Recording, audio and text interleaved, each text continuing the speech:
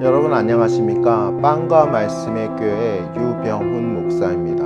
오늘은 요한복음 7장 45절로부터 53절까지의 말씀을 가지고 묵상한 바를 나누도록 하겠습니다. 오늘의 본문은 예수님을 드디어 잡기 위해서, 체포하기 위해서 바리새파 사람들과 대제사장들이 아랫사람들을 보내는 곳에서부터 이야기가 시작됩니다. 그런데 이 아랫사람들로 묘사된 이 사람들이 예수님을 잡으러 갔다가 예수님을 잡지 않고 빈손으로 돌아오게 되는 것입니다. 이에 바리새파 사람들과 대제사장들이 도대체 왜 잡으라는 예수를 잡아오지 않았느냐 추궁을 하자 이 사람들이 이렇게 대답을 합니다. 잡아오려고 하였지만 지금까지 이 사람처럼 이야기하는 사람을 본 적이 없었노라. 그렇기 때문에 잡아올 수가 없었다. 이렇게 얘기를 합니다. 바리새파 사람들과 대제사장들은 약이 올라서 너희들이 율법을 모르기 때문에 그런 것이다. 율법을 모르는 자에게는 저주가 있을 것이다 라고 얘기를 하고, 이때 니고데모가 도대체 우리 율법이 죄가 있다고 하는 사람의 변론, 도대체 무슨 짓을 했는지에 대한 변론을 듣기 전에 우리가 판결부터 하는 그런 율법이었느냐 라고 반박을 하면서 그 분위기는 갈등 구조로 돌아가게 됩니다. 그러면서 이제 이야기가 끝이 나게 되는데요.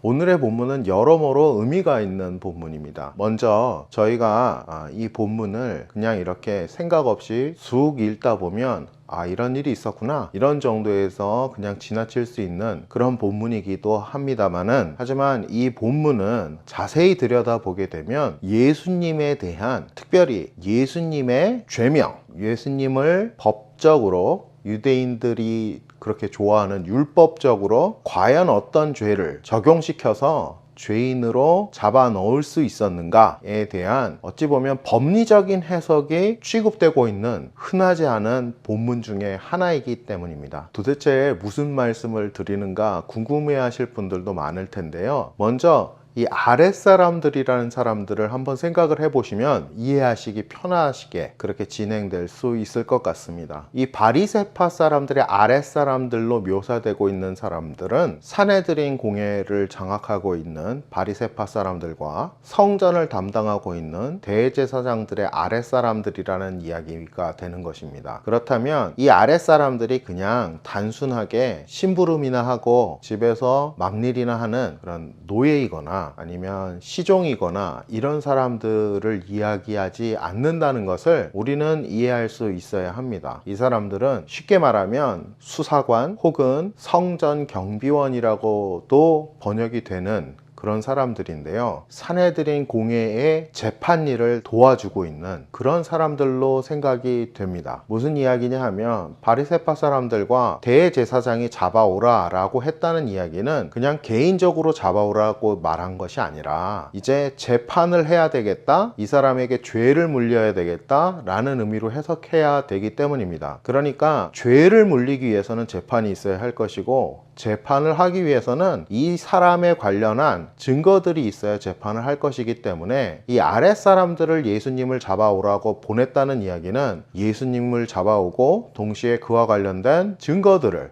가져오라 라고 이야기했다고 저희가 생각할 수 있다는 것입니다.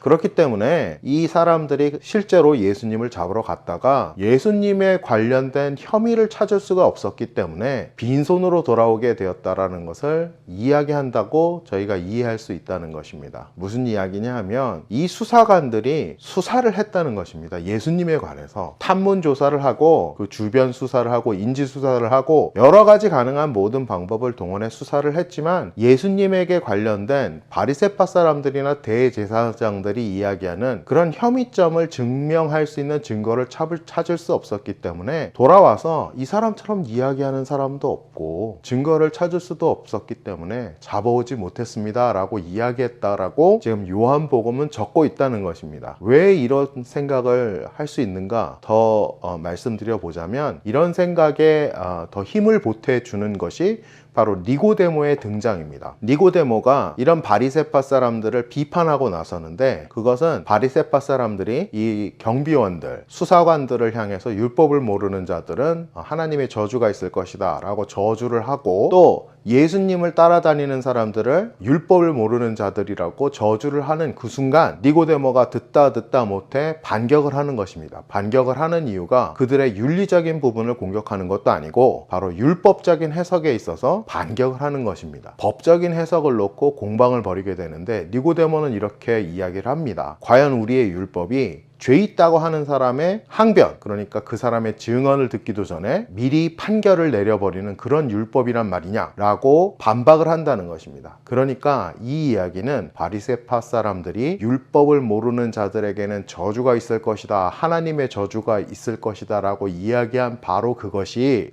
너희들이 죄 있다고 이야기하는 예수라는 사람의 증언을 듣기도 전에, 증거를 찾기도 전에, 증거를 가지고 그의 죄를 증명하기도 전에 이미 죄인이라고 이야기하고 있는 것이 아니냐, 이미 죄인이라고 판결을 내린 것이 아니냐 라면서 너희들의 법리적인 해석에 문제가 있다라는 반박을 했다는 것입니다. 그러니까 첫 번째, 아랫사람들로 등장하는 그 수사관들의 경우에는 우리가 증거를 찾을 수 없었습니다, 사건을 성립할 수 없는 그런 케이스였습니다 라고 이야기를 하는 것이고, 두 번째, 니고데모의 경우에는 너희들이 지금 하고 있는 행위는 율법에 따른 절차를 따르지 않은, 그런 절차를 무시한 그런 행위가 아니냐 하며 법리적인 문제를 들고 나왔다는 것입니다. 즉 이스라엘의 율법으로 그 바리새파 사람들과 그리고 서기관들 그리고 대제사장들이 그렇게 좋아하는 이스라엘의 율법으로도 예수님을 죄인이라고 할 만한 아무런 근거를 찾지 못했다는 그런 이야기를 사도 요한은 이 경우의 예를 들어서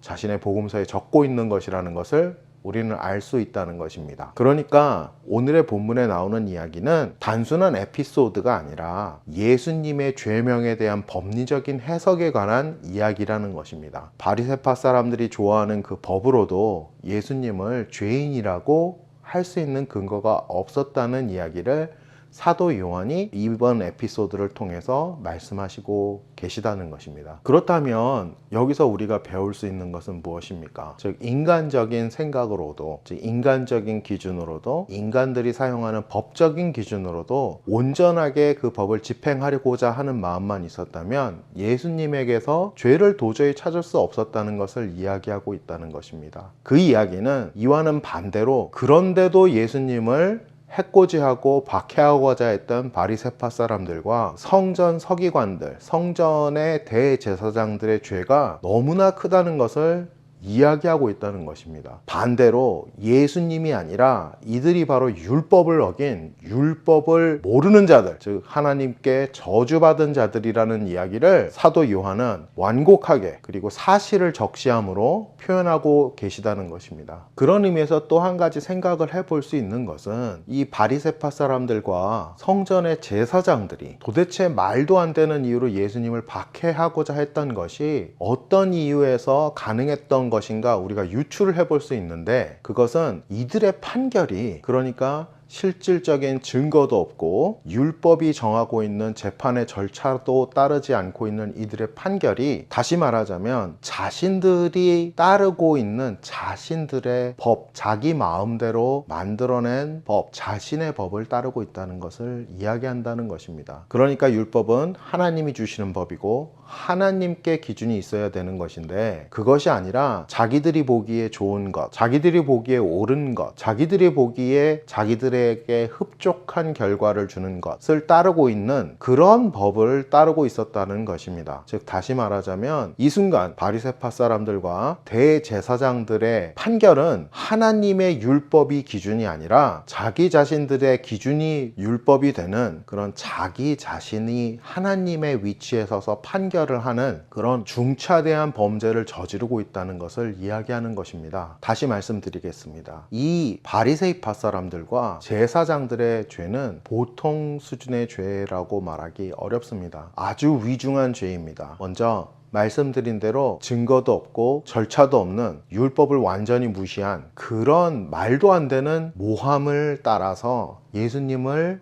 정죄하고 있었기 때문입니다. 율법을 따라야 될 사람들이 하나님의 기준을 따르는 것이 아니라 자신들의 기준을 하나님의 기준보다 먼저 앞서 두어서 그것을 더 중요하게 여기고 그것으로 하나님을 대적하는 그런 엄청난 죄를 저지르고 있었다는 것입니다. 그리고 그 죄는 바로 자기 자신이 하나님 위치에 서버리는 그런 죄라는 것입니다. 사랑하는 여러분, 우리들이 성경을 통해서 볼 수 있는 죄는 약 3가지 단계의 죄들의 형상을 띈다고 볼 수 있습니다. 첫 번째는 가장 먼저 등장하는 죄로 우상숭배의 죄가 있습니다. 우상숭배의 죄는 여러분들이 잘 아시다시피 하나님 외에 다른 신을 섬기는 죄입니다. 우리들이 생각하기에 굉장히 큰 죄고 가장 큰 죄고 하나님을 대적하는 죄라고 생각을 하지만 이 죄가 발전을 하게 되면 우상을 만들어 하나님 대신 섬기는 것이 아니라 자신이 하나님의 자리에 서버리는 자기숭배의 죄, 즉 자신이 하나님이 되고자 하는 죄로 이 죄가 발전하는 것을 볼 수 있습니다. 그것이 바로 오늘 나타난 바리새파 사람들의 죄입니다. 그런데 죄는 더욱더 발전할 수 있습니다.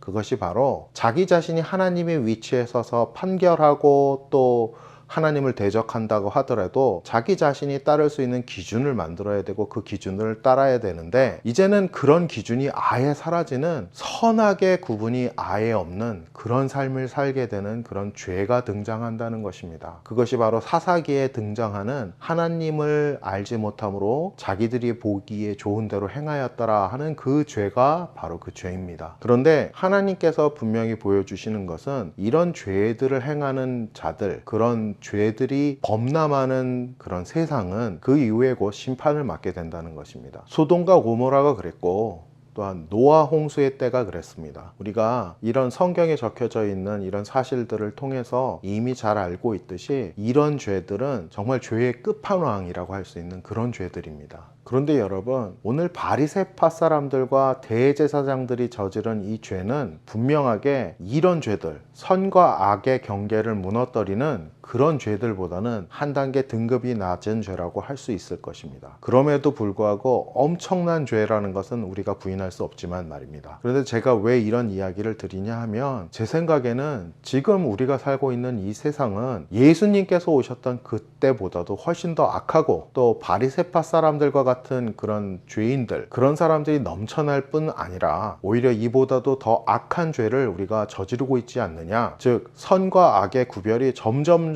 사라지는 그런 세상이 되어가고 있지 않은가 하는 우려가 들기 때문입니다. 여러분, 제가 살고 있는 이 미국에서 지난주에 루이지애나 주에서는 낙태에 관련된 법이 하나 제정이 됐었는데요.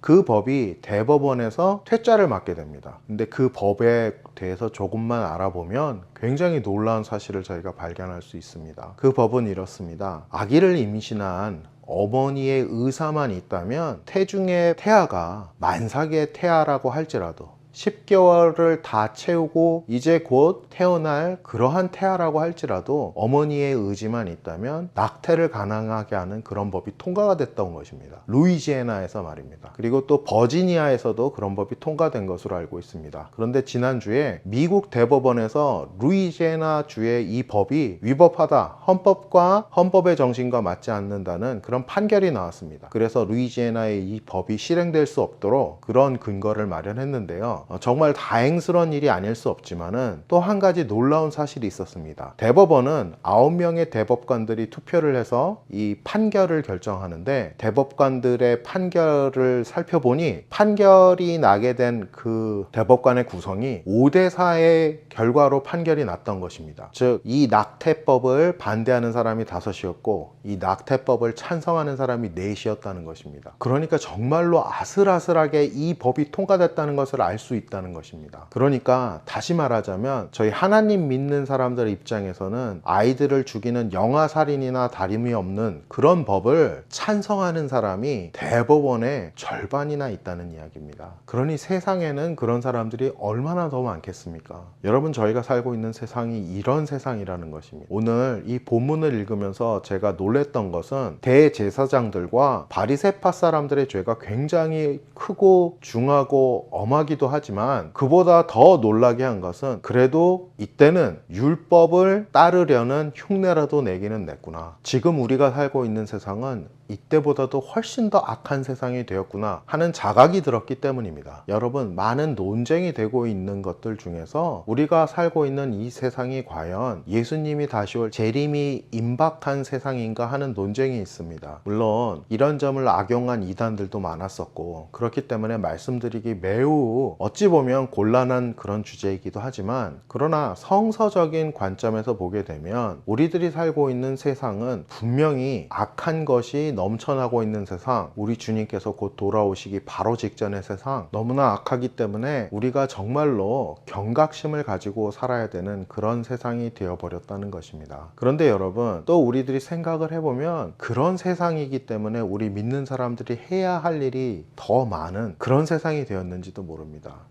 아까 전에 말씀드렸던 미국 대법원의 판결, 그 판결이 있게 되는데 굉장히 중요한 역할을 한 사람이 한 명 있습니다. 바로 브렛 캐버너라는 판사인데요. 이분은 보수적인 성향을 가지고 있고 또한 기독교적인 세계관을 갖고 있는 사람으로 알려져 있습니다. 그렇기 때문에 이분이 대법관이 되는 데 있어서 민주당 쪽에서 굉장히 강한 반대를 했었고, 그리고 강력한 청문회를 통해서 이 사람을 대법관이 되지 못하도록 그렇게 만들기 위해서 엄청난 방해를 했던 그런 일들이 있었다는 것을 우리는 잘 알고 있습니다. 그러니까 만약에 그때 이 브렛 캐버너라는 이 판사가 대법관이 되지 못했었다라고 한다면 지난주에 났었던 판결 5대4로 그 낙태입법을 방지했던 판결이 오히려 반대로 5대4의 결과로 낙태를 인정하는 결과가 나올 수도 있었다는 것입니다. 바로 이 사람 한 명이 대법관이 되지 않았었다면 말입니다. 그러니까 무슨 이야기가 되겠습니까? 이렇게 세상이 악하면 악할수록 우리 믿는 사람들이 해야 될 일들이 훨씬 더 많아질 수 있고 훨씬 더 중요해질 수 있다는 것입니다. 저는 오늘 니고데모가 말한 법리적인 반대의 이야기를 보면서 이 니고데모가 예수님을 사랑하는 마음에서 이렇게 바리새파 사람들을 공격했다라고는 생각이 들지 않았습니다. 오히려 반대로 니고데모는 예수님을 잘 이해하지 못했었고, 요한복음 처음에 나왔듯이 예수님께 야단까지 맞았던 사람 아닙니까? 그러고도 네가 유대의 선생이냐면서 예수님을 이해하지 못했고 예수님의 말씀을 온전히 받아들이기 어려워했던 사람입니다. 그럼에도 불구하고 법률가로서의 양심을 따라 법적인 해석을 내렸을 때 예수님을 그런 식으로 판결할 수 없다라는 그런 저항을 했던 것으로 저는 생각이 되는 것입니다. 그런데 만약에 이런 세상에 이런 비슷한 일이 일어나고 있는 세상에 이 니고데모의 위치에 우리 믿는 사람들이 들어가 있었다면 어떤 변화가 있을 수 있었겠습니까? 그러니까 지난주 미국 대법원에서 있었던 판결과 같은 그런 어찌 보면 당연한 판결이 선하고도 당연한 판결을 우리가 만들어낼 수 있지 않을까, 이런 생각을 해보게 되는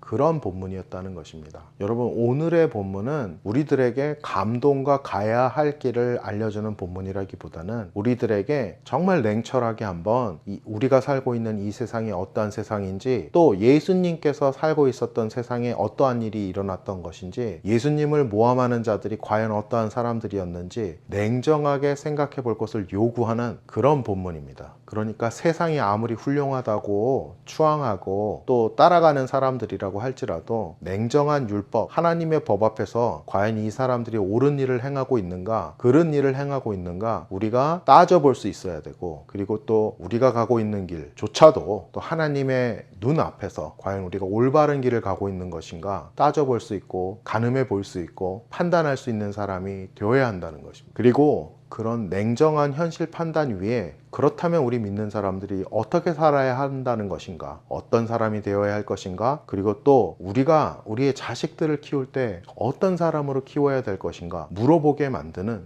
그런 본문이라고 말씀드릴 수 있을 것입니다. 오늘은 요한복음 7장 45절로부터 53절까지의 말씀을 가지고 말씀을 나눴습니다. 감사합니다.